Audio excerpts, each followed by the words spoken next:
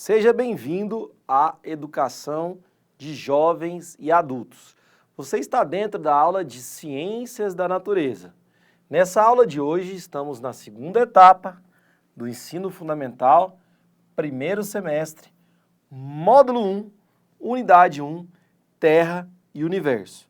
Na aula anterior, você aprendeu um pouquinho sobre a forma do planeta Terra.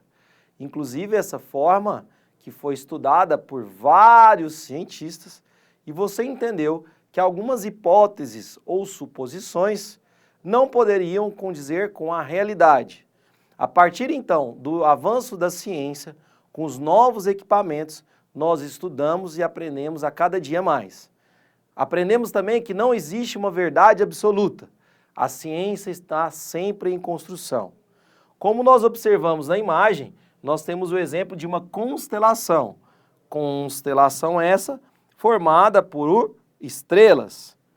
Dessa maneira, nós colocamos na aula anterior que, há mais de 2000 anos atrás, o filósofo grego Aristóteles, por meio dessas observações das estrelas, afirmou que a Terra teria um formato circular, como a gente mostra nessa imagem. Há 500 anos antes de Cristo, os gregos observaram que em diferentes posições na Terra, as constelações do céu mudam e que os navios que se aproximavam da crosta ou da costa mostram primeiro o mastro. Essas evidências comprovaram que estamos sobre uma esfera e não sobre um sistema plano. Você também viu comigo na aula passada que hoje o mais correto é dizer que a Terra possui um formato geóide e não de uma esfera perfeita, mais próximo a uma elipse que se explica em razão do achatamento do planeta nos polos, em função também do seu movimento de rotação. Nós sabemos que a Terra tem o formato geóide, que é o mais próximo do real. E nós sabemos também que a Terra, por avanços da ciência, dispõe de dois movimentos importantes, que é a rotação e a translação. E nós afirmamos na aula passada que essa distribuição da esfera, ela é desigual da massa do planeta e ela é achatada nos polos. Nós temos então dois movimentos importantes que você precisa saber dentro de ciências. A rotação, que é o movimento sobre o seu próprio eixo, e a translação, que é o movimento que a Terra faz ao redor do Sol. A rotação dura em torno de 24 horas, enquanto a translação em torno de 365 dias. Mas também não são números perfeitos. Este objeto de conhecimento nós vamos aprofundar na nossa próxima aula. Na aula de hoje, nós vamos ver um pouco de cartografia. Se a Terra pode ser representada, nós podemos fazer essa representação através de quê? A resposta está presente nas nossas imagens. Pode ser representada através de um globo, ou também através de imagens de satélite, ou o que você conhece como mapa. Mas você sabe me dizer o que é mapa? Professor, talvez o mapa seja o que a gente viu na aula anterior. Essa projeção cilíndrica é uma projeção de Peters, como você também viu na geografia. O mapa vai indicar posição, localização, inclusive também do próprio ser humano no planeta Terra. Então, na aula anterior, nós vimos que essas imagens podem vir distorcidas. Na aula de hoje, nós vamos aprofundar na escala gráfica e na escala numérica. Observe comigo como essa representação em estrutura em linhas horizontais e verticais podem indicar para nós, inclusive, nossa posição no planeta Terra, na região central do Brasil. Pois bem, você sabe me dizer o que é mapa e para que serve mapa? Sim ou não? É bem provável que você já tenha visto esse desenho. Conhece? Dora, diga mapa. Ou se você não tem um filho, ou se você também já assistiu, você deve ter sobrinhos que assistiu esse desenho. E ela sempre se localiza pelo mapa, com a ajuda do seu amigo Botas, não é? Então o mapa está aqui dentro da mochila da Dora.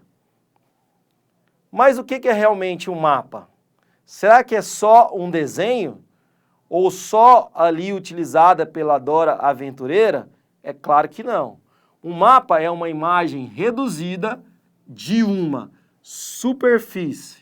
De novo, o mapa é uma imagem reduzida de uma determinada superfície, que inclusive pode indicar a região que você está.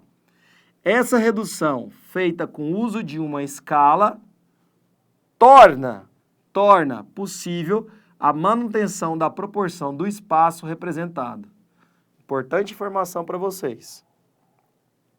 Mais adiante, é fácil reconhecer um mapa do Brasil, por exemplo, independentemente do seu tamanho, em que este é representado ou está apresentado, pois sua confecção obedeceu a uma determinada escala, chamada também de escala cartográfica, que mantém a sua forma. Vamos observar aqui comigo nessa imagem. Essa imagem não é a imagem com devidas proporções reais do Brasil. Então, ela está em uma escala. Você sabe, por exemplo, aqui no estado de Goiás, que as aulas que estão sendo produzidas agora pela Secretaria de Educação são produzidas aqui, em Goiânia. Você sabe que de Goiânia você pode, por exemplo, viajar para Belo Horizonte e aí o piloto vai se localizar por mapas aéreos, mapas de aviações. Então, facilmente eu consigo determinar que esse é um mapa brasileiro pelas suas devidas proporções e pelas suas linhas geográficas. Nós podemos, por exemplo, explorar aqui a região de Manaus. Então, todas as linhas cartográficas e localizações servem para uma função, determinação de localização, por exemplo. E esse mapa, você sabe me dizer de onde ele é?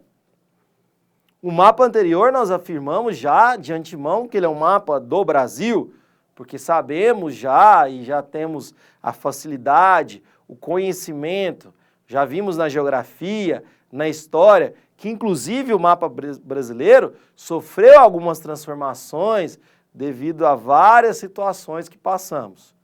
E esse mapa, você sabe me dizer de onde ele é? Esse mapa é de um jogo muito famoso. Esse jogo é o jogo da Tomb Raider. Conhece a Tomb Raider?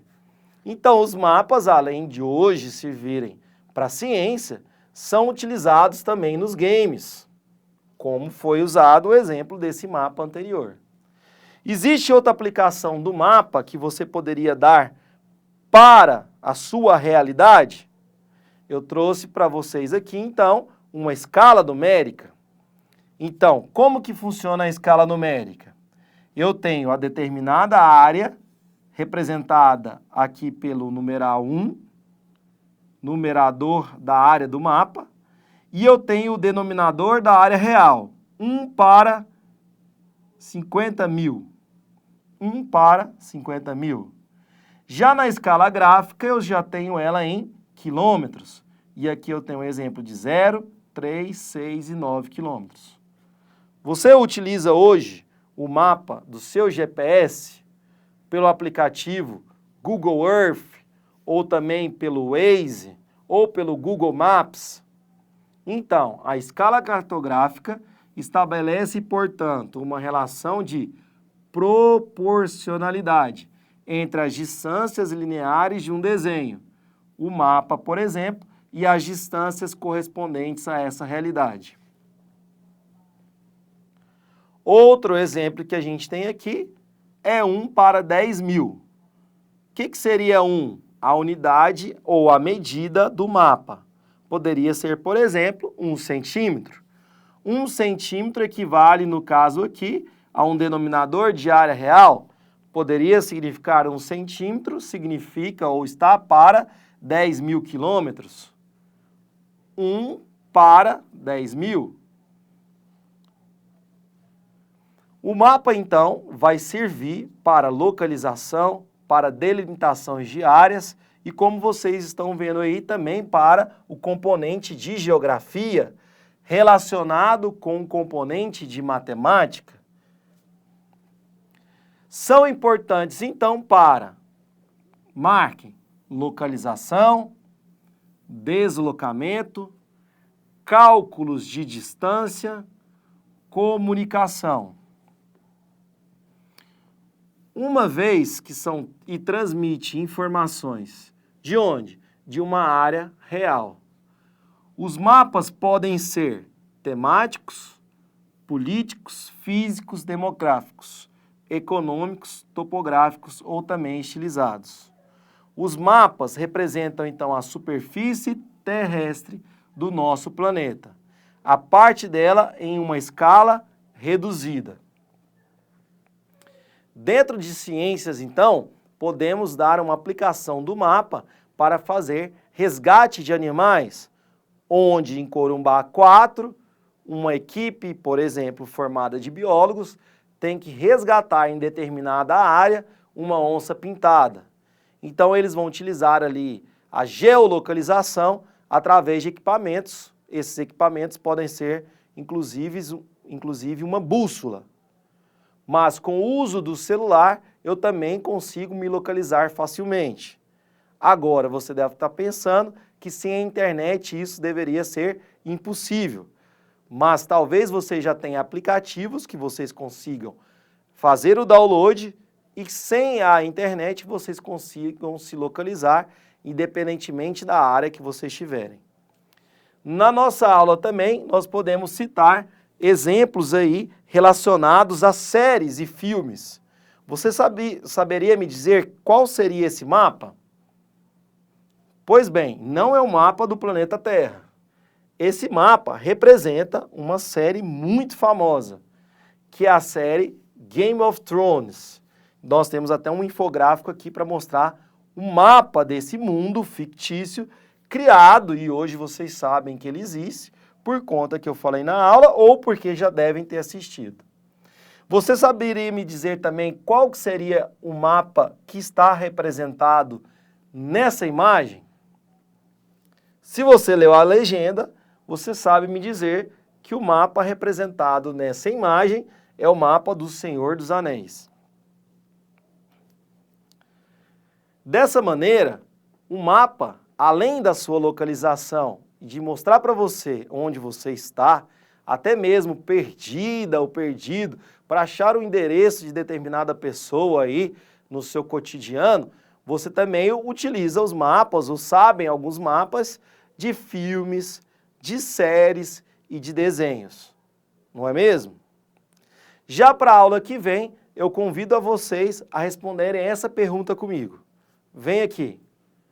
Por que que existe o dia e por que que existe a noite?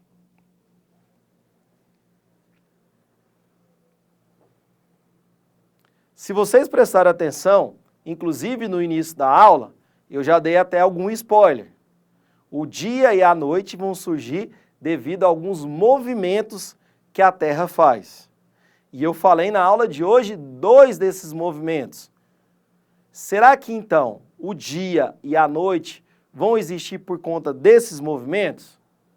É o que você vai ver na nossa próxima aula de ciências para a educação de jovens e adultos.